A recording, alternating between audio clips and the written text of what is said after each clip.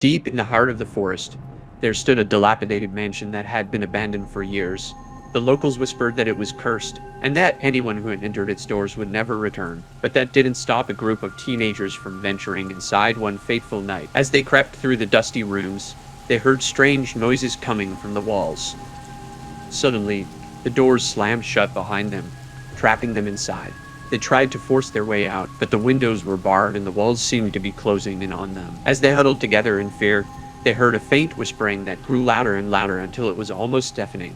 The room was filled with a ghostly mist, and out of the fog emerged a figure that looked like a woman, but with long, sharp claws instead of fingers. She floated towards them, her eyes glowing with an otherworldly light. The teenagers tried to run, but they were paralyzed with fear.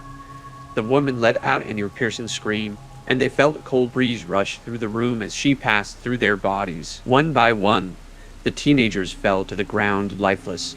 Their bodies were covered in scratches and bite marks, as if they had been attacked by a wild animal. The woman disappeared back into the mist, leaving the mansion silent once again. The next morning, when the authorities arrived, they found the bodies of the teenagers, but there was no sign of the woman. Some say that she still haunts the mansion to this day, waiting for her next victims to enter its doors. And so, the legend of the cursed mansion lives on, a warning to those who dare to tempt fate and venture too far into the unknown.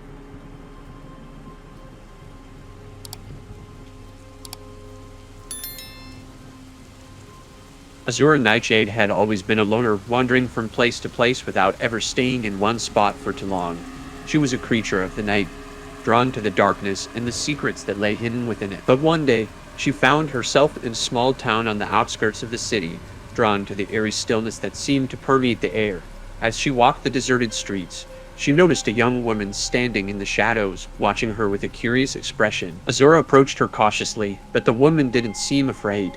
Instead, she smiled and introduced herself as Lily, a local bartender who had heard of Azura's reputation and was intrigued by her mysterious aura. Over the next few weeks, Azura and Lily became inseparable, spending long nights talking and exploring the town together. Azura began to open up to Lily, sharing stories of her past and the reasons behind her nomadic lifestyle. But as the weeks turned into months, Azura's behavior began to change.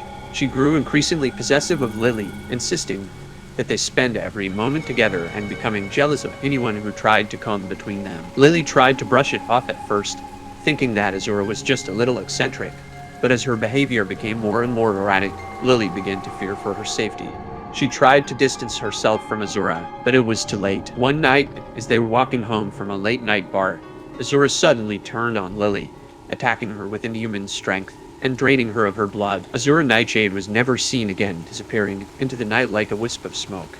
But those who knew her and crossed her path will never forget the haunting beauty and deadly nature of the mysterious woman known as Azura Nightshade.